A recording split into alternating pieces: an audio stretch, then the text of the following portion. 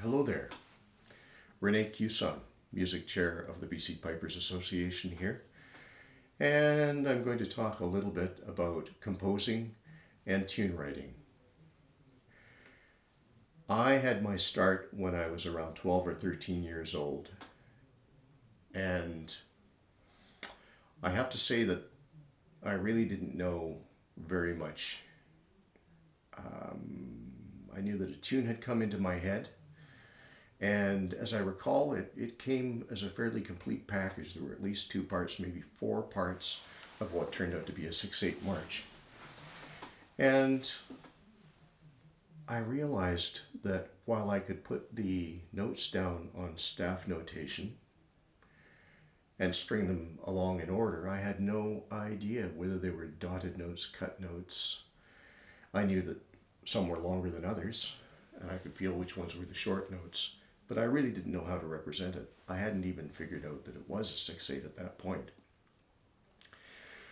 Now, why didn't I know more than that? Well, I started learning the practice chanter at age 7, and as part of my first lesson, I was assigned to read the entire front theory page of Logan's Tutor. And at 7 years of age, when you've had no experience with fractions or any math that would be of any particular use in writing music, all of the things that I looked at in Logan's Tutor were just numbers and, of course, the terms like crotchet and semi-brave and things like that. And so I could recite those tables for my teacher within a week or two and felt very accomplished at having done that. But push forward again to age 12 or 13, and I didn't know what to do to get my tune down in a form that anyone could play it, including myself. The thought that came to my mind as part of that process was to pick up a book of pipe music and find a tune that felt similar. So in my mind, I felt that the tune that I was composing was a 6/8 march, which it turned out to be. So I flipped my Scots Guards open to some 6/8 march and took a good look at how the notes were strung together. Noticed that within a bar, we typically had 2 3/8 note groupings. And if there were 2 notes, it was just one of them was an eighth usually, and then a quarter, one way or the other around. And when there were three notes in a grouping, they were tied together as eighth notes. One of them would be dotted and one would be cut in that grouping. And so I applied what I got from looking at the Scots Guards page to trying to put down my first 6/8 march. And I was successful with it. I know that either on the day that I looked at the Scots Guards or by the next day at the latest, I'd managed to write this tune out. And I believe it was done correctly. Somewhere kicking around in a file somewhere, I'm sure I'll find that original. Not a great melody. It was something like this, I believe. But it was okay, I guess, for a first effort.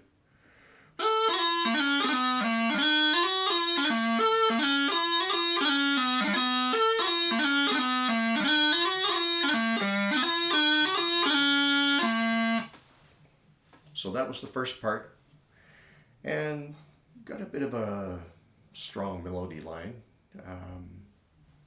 Could I rework it and turn it into something? Maybe. It's not at the top of my list right now as I seek to put out a book of music.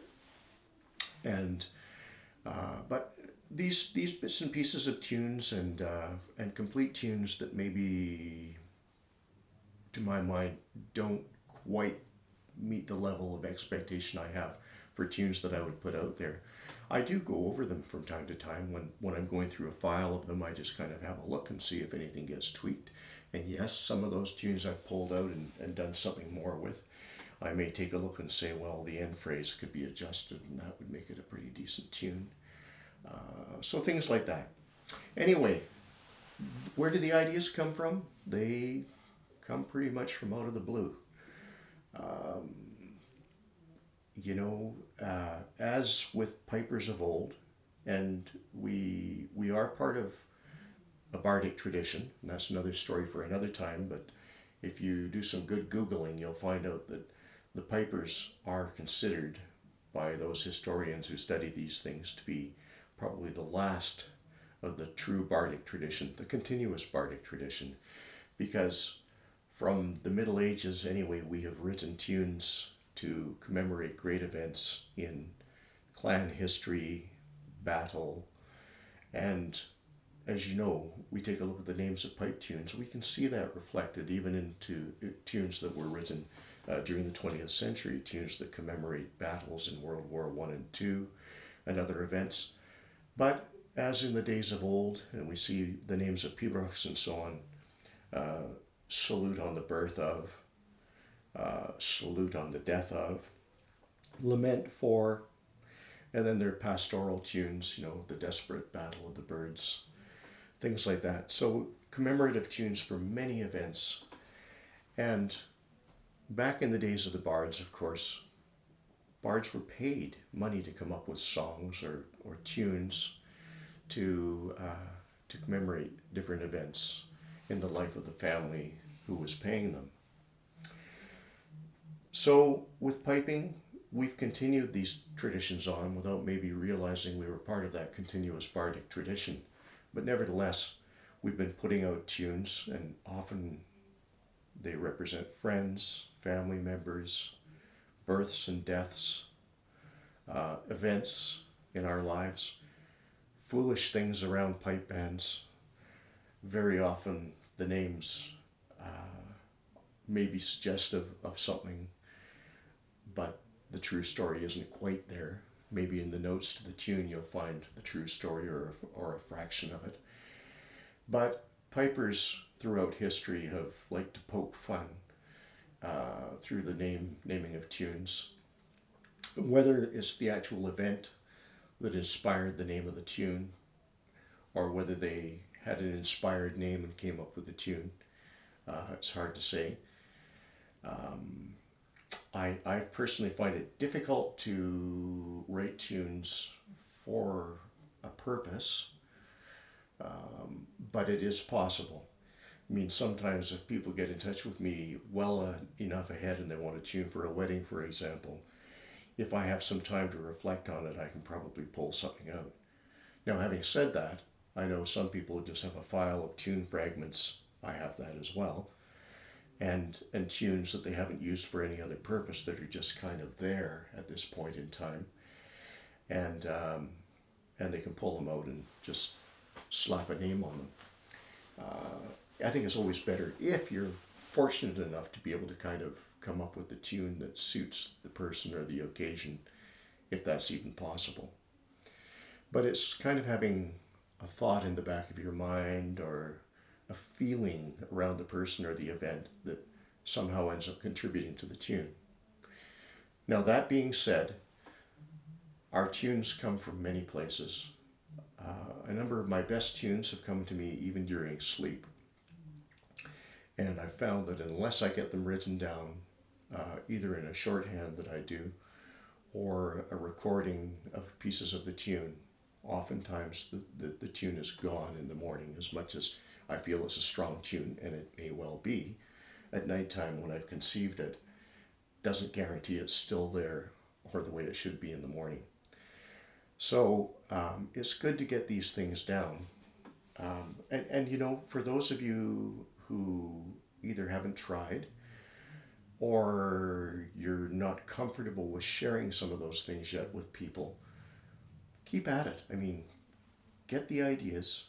Try and get them down. You may only get a bar of music.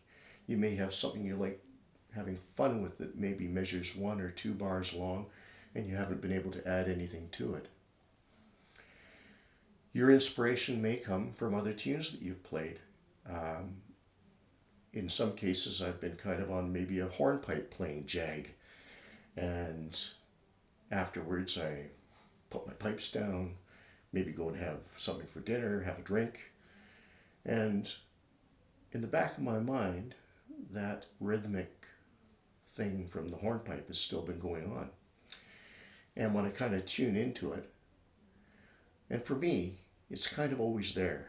if I kind of listen into the back of my mind, there's always some kind of music fomenting, and I can probably pull a tune out. If anything, I have to almost consciously choose not to be hearing it at times.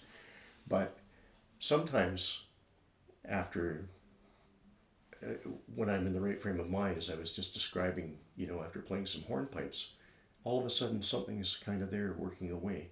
Might have a couple of bars and I can keep on running them through my head and maybe add to them, maybe pick up the practice chatter and try them out and see where that goes. Maybe write down in my shorthand what I've got going there, because I can't seem to come up with any more than 2 bars or a part, and just see what happens. Sometimes it's just an ending. For whatever reason, and it seems absurd, just an ending of a tune comes to mind. And it may be just the last bar, it might be that end phrase. And I write it down. 2/4 march end phrase, nothing to attach to it. Will it grow a tune backwards? Yes, sometimes that can happen as well. And you run something through your head a few times, sometimes more, comes of it. But I think we all need those files of the bits and pieces. Now, if you're wanting to start from scratch to come up with a tune, just because you want to try and compose a tune, what should you do? Well, I know a number of players who have successfully kind of looked at a great tune, like Green Hills of Tyrol, Scotland the Brave, Brown-Haired Maiden, something that's just well known. Looked at the rhythmic structure, they've maybe played a bar of Brown-Haired Maiden, to the end of the phrase, and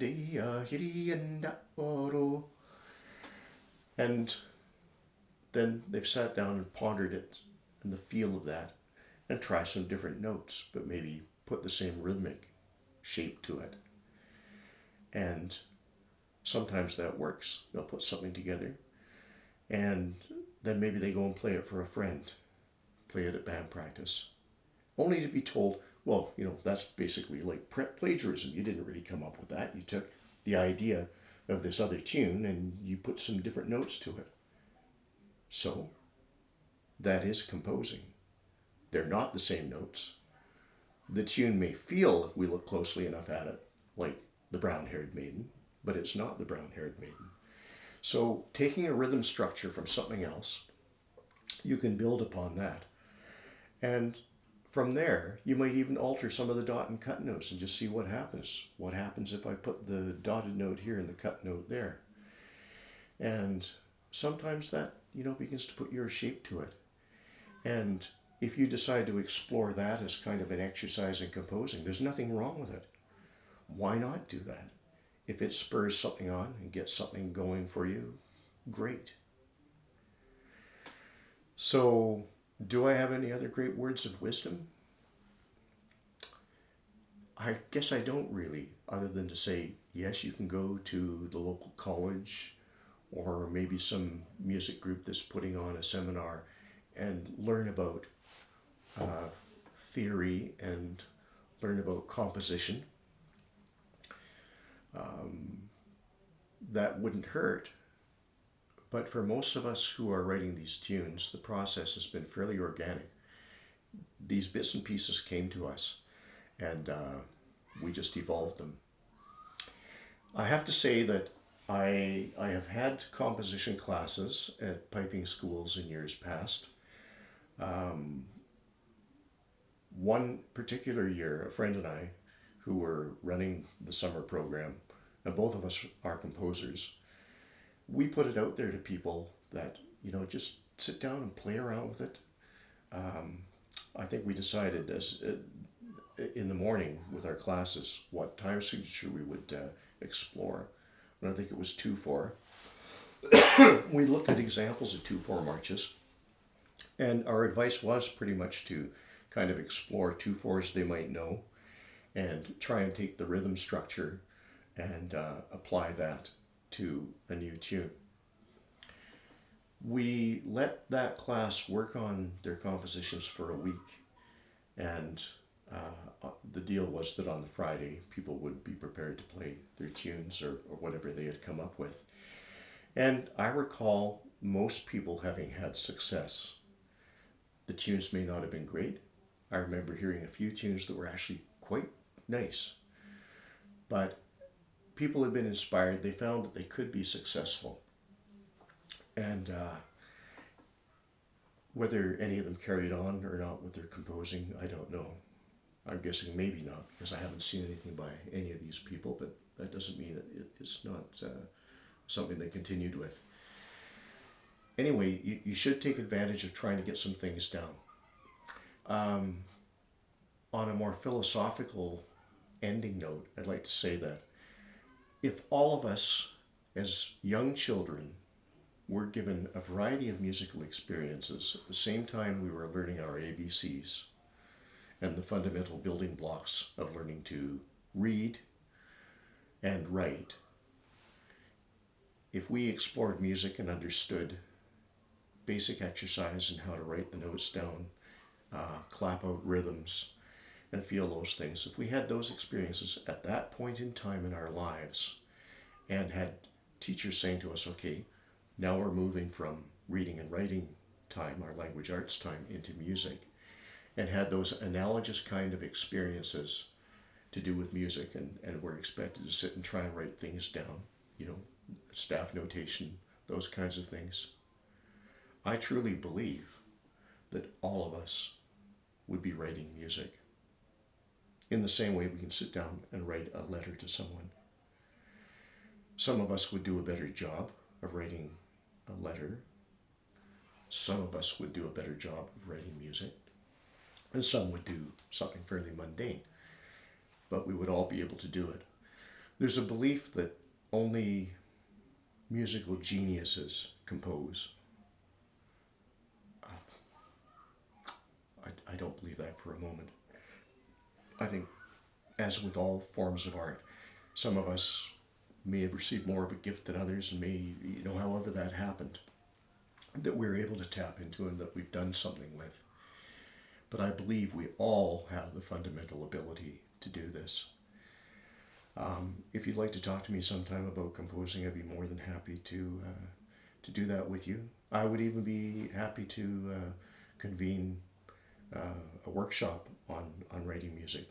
I have had groups write some music too as a group, and I know of at least one tune that was written as part of one of my composition group classes that was actually a really decent slow air. Anyway, compose. Try it. You may find that you've got a skill and some art skill and talent that you didn't even know